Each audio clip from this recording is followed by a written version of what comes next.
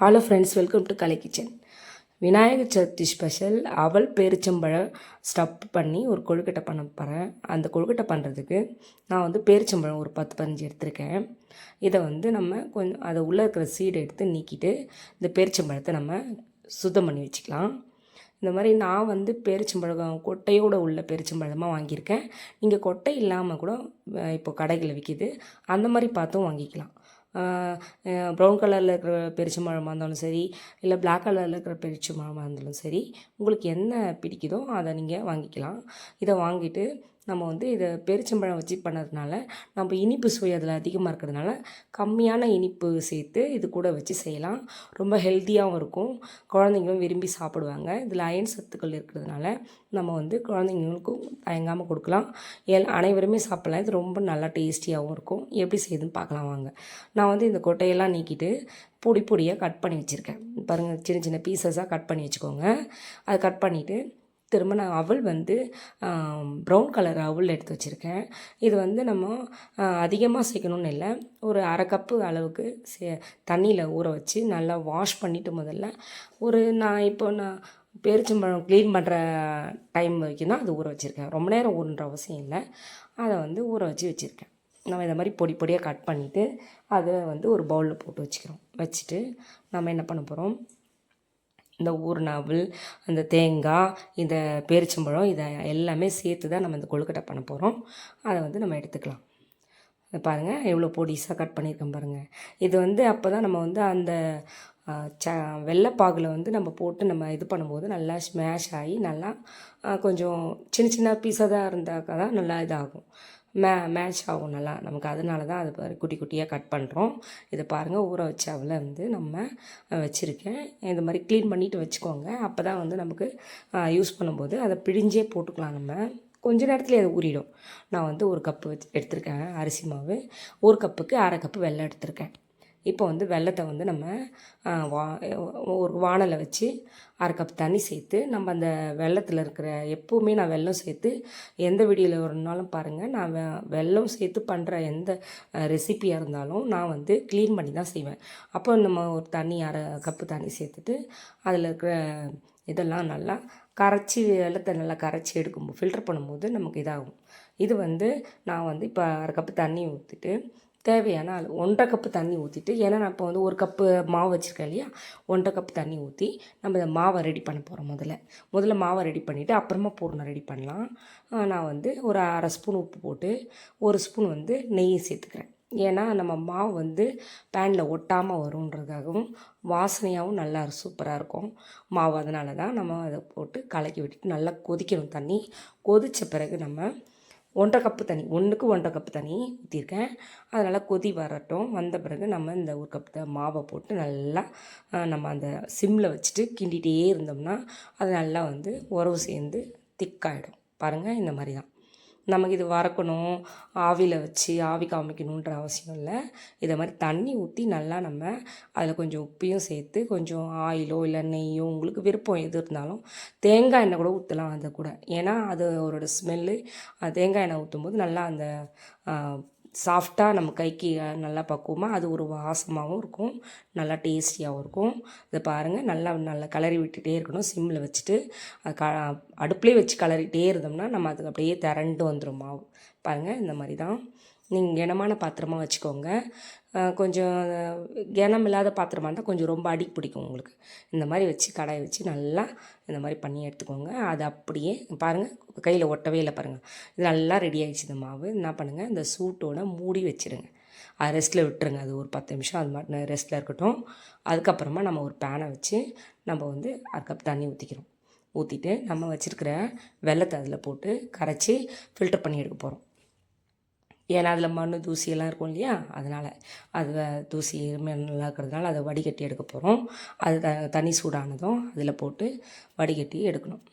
ஏன்னா இப்போ நம்ம அது நிறைய இனிப்பு சேர்க்கக்கூடாது. நான் கொஞ்சம் எடுத்துட்டேன் வெல்லம். ஏன்னு சொன்னால் ஏற்கனவே பேரிச்சம்பழத்தில் ஸ்வீட்னஸ் இருக்கிறதுனால நிறைய வெல்லம் தேவைப்படாது. கொஞ்சம் உங்களுக்கு நிறைய ஸ்வீட் வேணும்னாலும் மொத்தமாக கூட நீங்கள் சேர்த்துக்கலாம். நான் ஸ்வீட் அதில் இருக்கிறதுனால நான் கொஞ்சம் கம்மி பண்ணிட்டேன். ஸ்வீட் வந்து அரை கப்பு வெல்லம் எடுத்துக்கோங்க. உங்களுக்கு ஸ்வீட் வேணும் அரை கப்புன்னு போட்டுருங்க.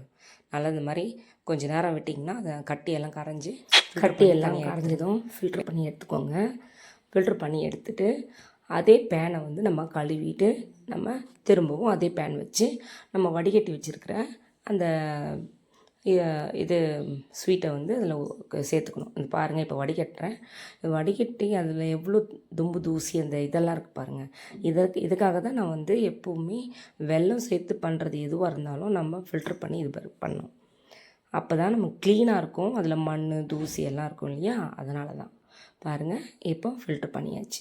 அதை வாஷ் பண்ணிவிட்டு திரும்பவும் நம்ம அதிலே சேர்த்துக்கிறோம். சேர்த்துட்டு நம்ம வந்து அந்த பேரிச்சம்பழம் கட் பண்ணி வச்சுருக்கோம் இல்லையா, பீசஸாக அதையும் சேர்த்துக்கிறோம். அதையும் சேர்த்துட்டு அந்த வெள்ளை கரைசலோடு அது வரும் சேர்ந்து நல்லா கொஞ்சம் மேஷ் ஆகட்டும். அப்போ தான் அதில் நல்லா மேஷ் ஆன பிறகு நமக்கு பூரணம் வைக்கும்போது சாஃப்டாக இருக்கும். இல்லைனா கட்டியாக இருந்துச்சுன்னா நம்ம பூரணம் வச்சு மடிக்க முடியாது இல்லையா, அதனால் பாருங்கள் இந்த மாதிரி இருக்குது. அது கூடவே அதில் போட்டு கொஞ்சம் நேரம் நல்லா கலரி விட்டு நல்லா கொஞ்சம் இது பண்ணோம்னா மேஷ் ஆகிடும். அந்த சூட்டோடு இருக்கிறதுனால அந்த வெள்ளைப்பாகில் இந்த மாதிரி மேஷ் ஆகும். அதுக்கப்புறமா நம்ம கொஞ்சம் நேரம் அதில் பண்ணிவிட்டு ஊற வச்சுருக்கிற அவல் இருக்கு இல்லையா, அதையும் நல்லா தண்ணியிலேருந்து பிழிஞ்சு எடுத்து அது கூடவே சேர்த்துக்கணும். அதையும் சேர்த்துட்டு தேங்காய் துருவலும் சேர்த்துட்டு நல்லா கலரி விட்டு வந்து நம்ம பூரணம் ரெடி பண்ண போகிறோம். இங்கே பார்த்தீங்களா, இப்போ நான் பிழிஞ்சு வச்சுருக்கிறேன் அவளையும் சேர்த்துக்கிறேன். அது கூடவே துருவின தேங்காயும் சேர்த்துக்கிறேன். துருவின தேங்காயும் சேர்த்து இது கூட நல்லா கலந்து விட்டு தனியாக எடுத்து வச்சிடணும். இது கூட ஏலக்காய் சேர்க்கணும். நான் வந்து ஏலக்காய் வந்து ஃப்ளேவர் பசங்களுக்கு பிடிக்கல, அதனால சேர்க்கல. வாசனை வேணுன்றவங்க ஏலக்காவும் சேர்த்துக்கோங்க. பாருங்கள், அவ்வளோதான். நல்லா கலந்து விட்டுட்டு பூரணம் ரெடி ஆயிடுச்சு. இதை வந்து ஏன் நம்ம வந்து பேரிச்சம்பழம் வச்சு செய்கிறோன்னு சொன்னால், ஒரே மாதிரியே வெல்லம் தேங்காய் வச்சு, இல்லை வேர்க்கடலை தேங்காய், இல்லை வந்து எள்ளு தேங்காய், ஒரே மாதிரி தானே இருக்குது. பசங்களுக்கும் போர் அடிக்கும் இல்லையா ஒரே மாதிரி சாப்பிட்டு. இந்த மாதிரி வித்தியாசமாக பண்ணி கொடுத்தா குழந்தைங்க நல்லா விரும்பி சாப்பிடுவாங்க இல்லையா, அதனால தான் நீங்கள் வீட்டில் ட்ரை பண்ணி பாருங்கள். இதே மாதிரி ரொம்ப ரொம்ப டேஸ்டியாக இருக்கும். அவ்வளோதான், பூர்ணம் ரெடி ஆகிடுச்சு. அதை எடுத்து வச்சுட்டு இப்போ நம்ம ஏற்கனவே மாவு ரெடி பண்ணி வச்சுருக்கோம் இல்லையா, அந்த மாவு வந்து நம்ம இது கூட வந்து நெய் சேர்க்கணும். கொஞ்சம் நெய் விட்டுக்கோங்க. இந்த பூரணத்தில் அந்த நெய் சேர்க்கும் போது வாசனையாகவும் டேஸ்டியாகவும் இருக்கும். அதனால் நெய் சேர்த்து கலந்து பண்ணும்போது நல்ல பூரணம் செம்மையாக இருக்கும். அதனால் நாங்கள் கலந்து விட்டுட்டு நம்ம ஏற்கனவே ரெடி பண்ணி வச்சுருக்கிற மாவை எடுத்து உருண்டை பண்ணி ஷேப் பண்ணி இப்போ வந்து பார்த்திங்களா, நல்லா நம்ம ஏற்கனவே நல்லா கொஞ்சம் சூடாக இருந்துச்சுன்னா அப்படியே மூடி அந்த சூட்டோடு மூடி வச்சோம்னா நல்லா வெந்து அந்த சூடெல்லாம் ஆறி நல்லா நமக்கு பிடிக்கிறதுக்கு நல்லா வரும். மாவு பாருங்கள், நல்லா பதமான முறையில் நமக்கு நல்லா கையில் உருண்டை பண்ணி எடுக்கிறதுக்கு வரும். இந்த மாதிரி ரெடி பண்ணிங்கன்னா நீங்கள் வீட்லேயே நீங்கள் வந்து ஆவி காட்ட வேண்டாம், வறுக்க வேண்டாம் மாவை. இதே மாதிரி பண்ணால் சூப்பராக உங்களுக்கு விரிசல் இல்லாமல் அழகாக வரும். பாருங்கள், இந்த மாதிரி தான் மாவை நல்லா கை வச்சு நல்லா கொஞ்சம் தண்ணி தொட்டுக்கிட்டு நல்லா பிசைஞ்சு வேறு ஒரு பாத்திரத்தில் மாற்றிக்கோங்க. மாற்றிட்டு சின்ன சின்ன உருண்டையாக நம்ம எடுத்து இப்போது நமக்கு என்ன ஷேப்பு வேணுமோ நம்ம இப்போ கொழுக்கட்டை பிடிக்க போகிறோம். பாருங்கள், நம்ம எப்படி ஒரு வாழை இலை எடுத்துக்கோங்க. நான் வந்து ஒரு வாழை இலை எடுத்து அந்த வாழை இலை தட்டி அதில் பூரணம் சேர்க்குறேன். இந்த மாவை உருண்டைகளாக நமக்கு தேவையான அளவு எடுத்து இப்போ நம்ம தட்ட போகிறோம். மாவு ரெடி ஆகிடுச்சு. இப்போ வந்து நம்ம ஒரு வாழை இலை எடுத்துக்கிறோம். வாழை இலையில் கொஞ்சம் கொஞ்சமாக தண்ணி தொட்டு நம்ம மாவுகளை சின்ன சின்ன உருண்டைகளாக நமக்கு தேவையான அளவுக்கு உருண்டை பண்ணி நம்ம வந்து இப்போது கொழுக்கட்டை பிடிக்க போகிறோம். எப்படி பிடிக்கிறதுன்னு பார்க்கலாம். நான் வாழை எடுத்திருக்கேன். வாழை இலையில் கொஞ்சம் நல்லா கையில் இந்த மாதிரி இந்த மாவு வந்து இந்த உருட்டும் போது இந்த பதம் இருந்தால் தான் நம்ம மாவு சரியாக இருக்குன்னு அர்த்தம். அப்போ நமக்கு ஷேப்பு என்ன ஷேப்பில் நம்ம பண்ணாலும் வரும். நம்ம வந்து அச்சில் தான் பண்ணுன்ற அவசியமே இல்லை. இந்த மாதிரி வாழை இருந்தாலே அழகாக பண்ணிடலாம்.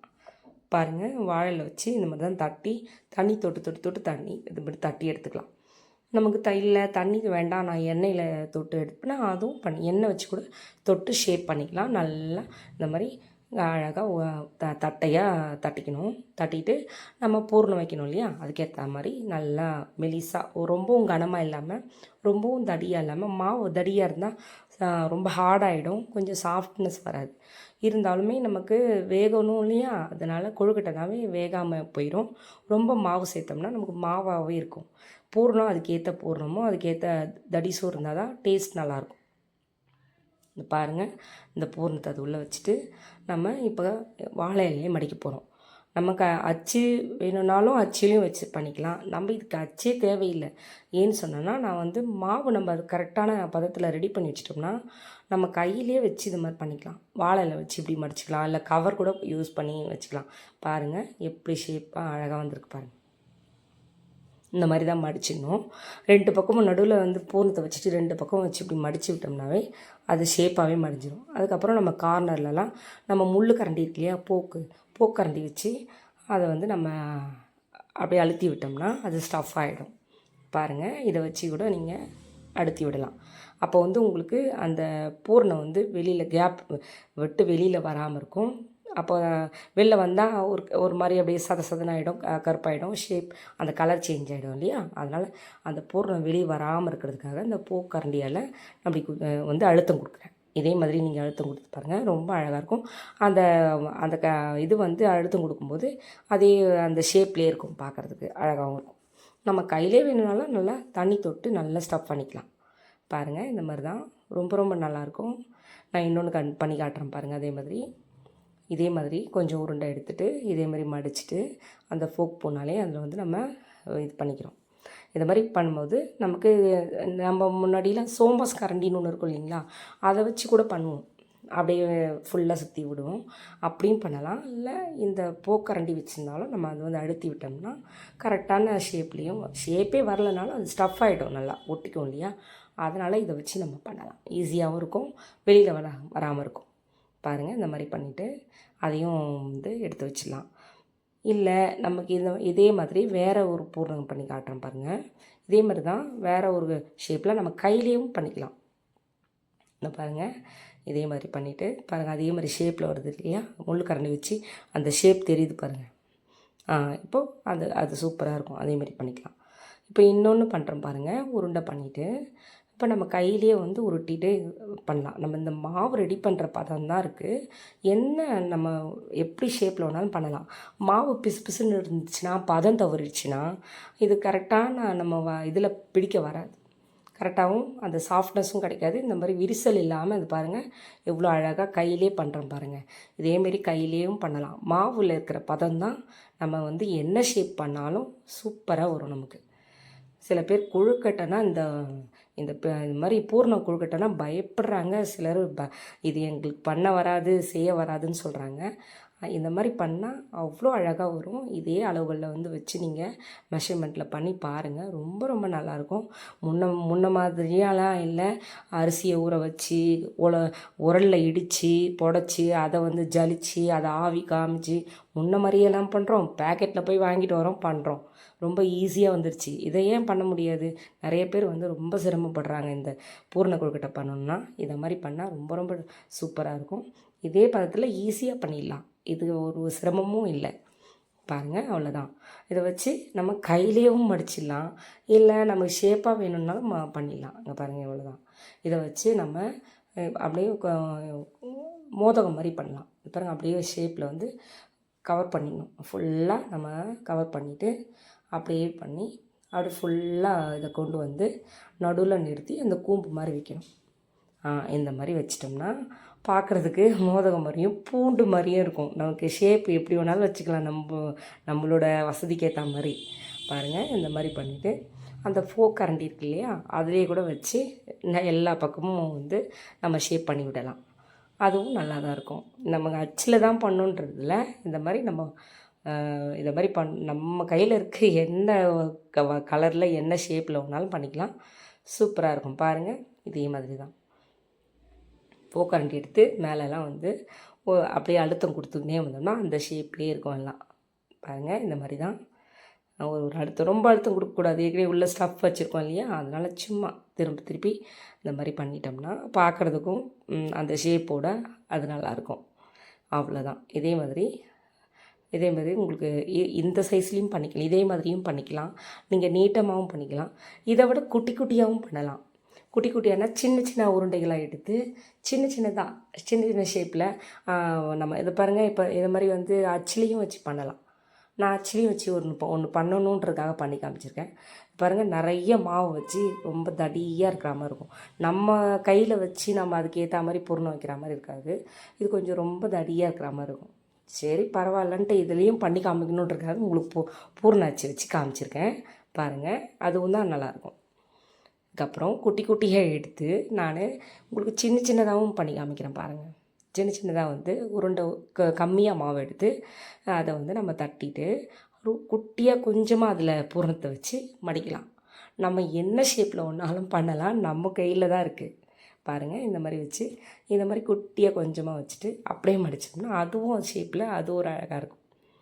பாருங்கள், நம்ம இதை பூர்ணமும் இந்த வந்து மாவும் பக்காவாக ரெடி பண்ணிட்டோம்னா அவ்வளோ ஷேப் அழகாக வரும். பசங்களுக்கு குழந்தைங்களுக்கும் பார்க்குறதுக்கு ஷேப்பும் அழகாக சின்னதாக இருக்கும், கொழுக்கட்டையும் பார்க்குறதுக்கு க்யூட்டாக இருக்குது இல்லையா? விரும்பி சாப்பிடுவாங்க. குழந்தைங்க இந்த மாதிரிலாம் செஞ்சு வைக்கும்போது ரொம்ப விரும்பி சாப்பிடுவாங்க. கூட வந்து நமக்கு அதில் பேரிச்சம்பழம், அவல், தேங்காய் எல்லாம் ஹெல்த்தியான பொருளெல்லாம் போடுறதுனால குழந்தைங்களுக்கும் உடம்புக்கு நல்லது இல்லையா? அதுங்களும் விரும்பி சாப்பிடுவாங்க. வித்தியாசமாக இருக்கே டேஸ்ட்டில் அப்படின்றதுக்காக விரும்பி சாப்பிடுவாங்க. அவ்வளோதான். நான் குட்டி குட்டியாக இது மாதிரி ரவுண்ட் ஷேப்லேயும் உருண்டை ஷேப்லேயும் பண்ணியிருக்கேன். குட்டி குட்டியாக நான் உருண்டை மாதிரி பண்ணிவிட்டு அதையும் வந்து ஸ்டஃப் பண்ணி வச்சுருக்கேன் உருண்டை மாதிரி. அது மாதிரி பல விதங்களில் பண்ணி இதை நான் ஷேப் பண்ணி அந்த கொழுக்கட்டை பண்ணியிருக்கேன். நீங்களும் வீட்டில் ட்ரை பண்ணி பாருங்கள். ரொம்ப ரொம்ப சூப்பராக இருக்கும். இந்த மாதிரி ஒரே விதத்தில் பண்ணி கொடுக்காம வெரைட்டியாக நம்மளை இது என்ன நினைக்கிறோமோ அதை எது ஒன்றாலும் ஸ்டஃப்பாக வச்சு நம்ம வந்து பண்ணி கொடுக்கலான்றதுக்காக தான் இதை பண்ணி காமிச்சிருக்கேன். நீங்கள் வீட்டில் ட்ரை பண்ணி பாருங்கள். விநாயகர் சதுர்த்தி நல்வாழ்த்துக்கள். சூப்பராக இருக்கும். நீங்கள் வீட்டில் ட்ரை பண்ணிவிட்டு எனக்கு கமெண்ட் பண்ணுங்கள், ஷேர் பண்ணுங்கள், கலை கிச்சனை சப்ஸ்கிரைப் பண்ணுங்கள். இதே மாதிரி நிறைய வீடியோவில் அடுத்தடுத்த வீடியோ நிறைய போடுவேன், பாருங்கள். இந்த மாதிரி ஸ்டப் பண்ணி எடுத்து அதை வந்து வெளியில் வராத அளவுக்கு நல்லா அப்படி மூடி க்ளோஸ் பண்ணிவிடுங்க. க்ளோஸ் பண்ணிவிட்டு குட்டி குட்டியாக இருந்தாலும் பசங்களுக்கு க்யூட்டாக இருக்கும், சாப்பிட்றதுக்கும் ஆசையாக விரும்பி சாப்பிடுவாங்க. இந்த மாதிரி ஷேப்பை நம்ம கையாலே இப்படி பண்ணி விடலாம். அவ்வளோதான். அந்த மாதிரி பண்ணி விட்டுட்டு வேறு மீதி இருக்கிற மாவில் வந்து சின்ன சின்ன உருண்டை மாதிரி ஸ்டஃப் பண்ணி வைக்க போகிறோம். இப்போ பாருங்கள், இப்போது நம்ம கையில் இது பண்ணிவிட்டு இந்த மாதிரி உருண்டை மாதிரி பண்ணி நான் இந்த மாதிரி பாருங்கள் எப்படி பண்ணிவிட்டு ஷேப்பாக மடிக்கிறேன். இதே மாதிரி நீங்கள் வீட்டில் எந்த ஷேப்பில் ஒன்றாலும் நீங்கள் உங்களுக்கு விரும்பின ஷேப்பில் நீங்கள் மடித்து இந்த மாதிரி பூர்ண கொழுக்கட்டை பண்ணலாம். பூர்ண கொழுக்கட்டைனாலே நிறைய பேர் விரும்பி சாப்பிடுவாங்க.